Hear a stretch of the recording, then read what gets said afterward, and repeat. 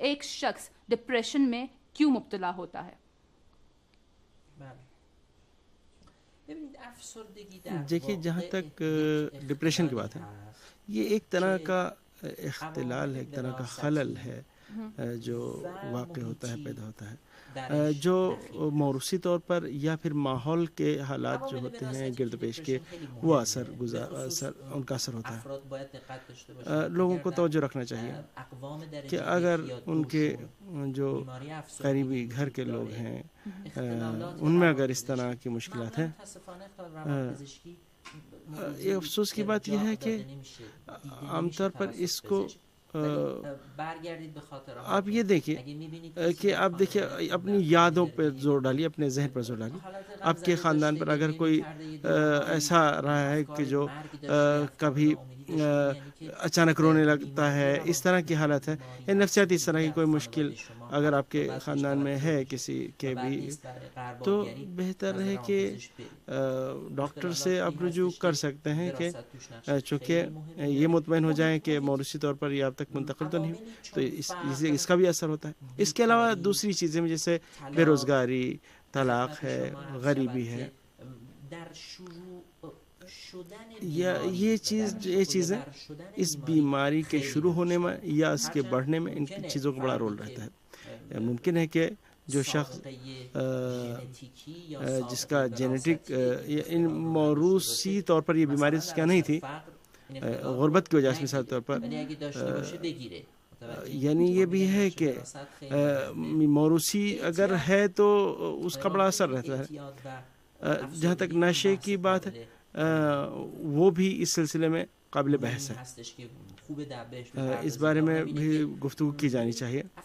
اب یہ دیکھیے کہ ڈپریشن جو ہے ایک ایسی حالت ہے کہ ان کو غم کا احساس ہوتا ہے، وہ فریش نہیں رہتے۔ اب وہ اس حالت سے باہر نکلنے کے لیے نشے کی طرف جاتے ہیں۔ اب جب نشے کا استعمال کرنے لگتے ہیں تو وہ لمحہ تو ٹھیک ہو جاتا ہے، ان کے لیے وہ اچھے الگ حالت بہتر ہو جاتی، لیکن ایک بار دو بار وقتی طور پر، لیکن آگے چل کر یہ نشہ وہی ڈپریشن بڑھا دیتا ہے۔ علامتوں کے بارے میں آپ دیکھیے جو ڈپریشن ہے، جو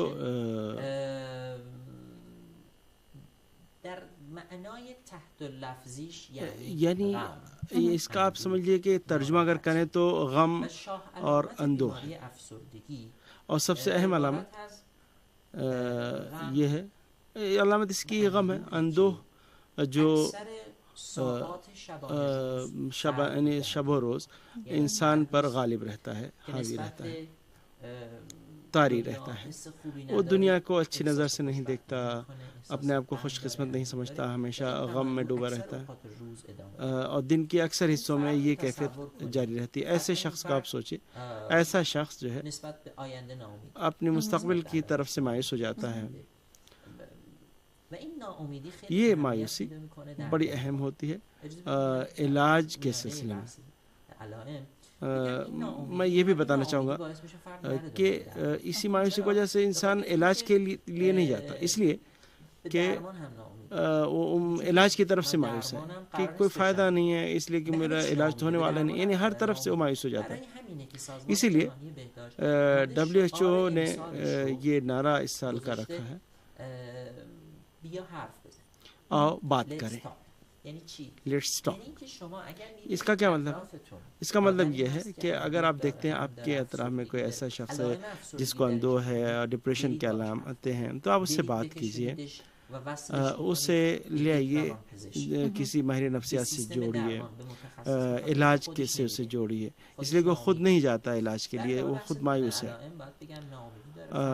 بحث علامتوں کی جہاں تک بات ہے تو اسے مایوسی ہے، غم ہے، بھوک پہ اثر پڑتا ہے، اس کی نیند پہ اثر پڑتا ہے،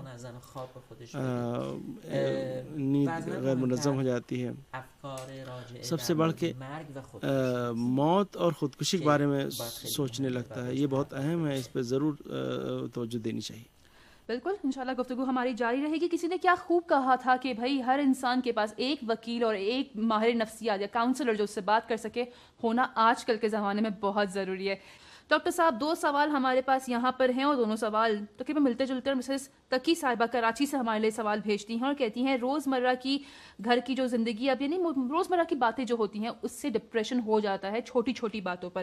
پوچھتی ہیں کہ کیا مسائل اور مشکلات کے بارے پہ یعنی اپنے ذہن پر اگر سوار کر لیں ان کو تو کیا آخر میں وہ ڈپریشن ہی ہوتا ہے, نتیجہ اس کا ڈپریشن ہوگا؟ بتائیے ہمیں.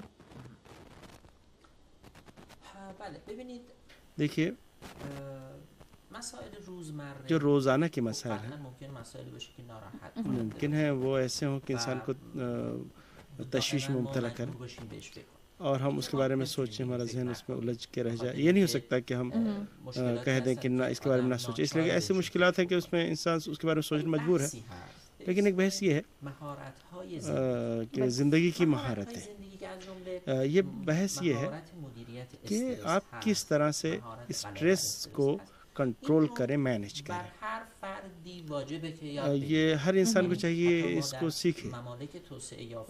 یہاں تک کہ جو ترقی یافتہ ممالک ہیں وہاں پر بھی کس طرح سے اسٹریس سے مقابلہ کیا جائے, کس طرح اس کو مینیج کیا جائے, مسائل کیسے مینیج کیا جائے, اس کو پڑھاتے ہیں باقاعدہ پرائمری میں.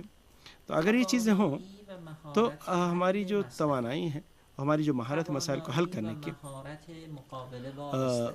اسٹریس سے مقابلے کی جو مہارت ہے, یہ چیزیں اگر ہمارے اندر ہوں تو ہم مشکلات جو ہیں روزانہ کی فروعی جزوی مشکلات جو مسائل پیش آتے ہیں ان پر ہم غالب آ سکتے ہیں اور ہم افسردگی سے اور ڈپریشن سے بچ سکتے ہیں. اب یہ تصویر بہت اہم ہے. اس سال WHO نے اس کو شائع کیا. یہ بڑا اچھا نعرہ ہے کہ آؤ بات کریں. میں نے دیکھا کہ بعض جگہوں پر اس کا ترجمہ غلط ہوا, لکھا گیا کہ آؤ ڈپریشن کی بات کریں, جبکہ ایسا نہیں, یہ ہے کہ آؤ بات کریں. اب دیکھیے تصویر میں واضح ہے وہ خاتون ڈپریشن میں ہے, دوسری خاتون جو اس کی دوست ہے تو وہ کہتی ہے آؤ مل کے بات کرتے ہیں. یعنی اس کا مطلب یہ ہے کہ جو ڈپریشن کا شکار ہے اسے مدد کی ضرورت ہے, تو آؤ میں تمہاری مدد کرتا ہوں, تمہیں جو علاج کا سسٹم اس سے جوڑتا ہوں.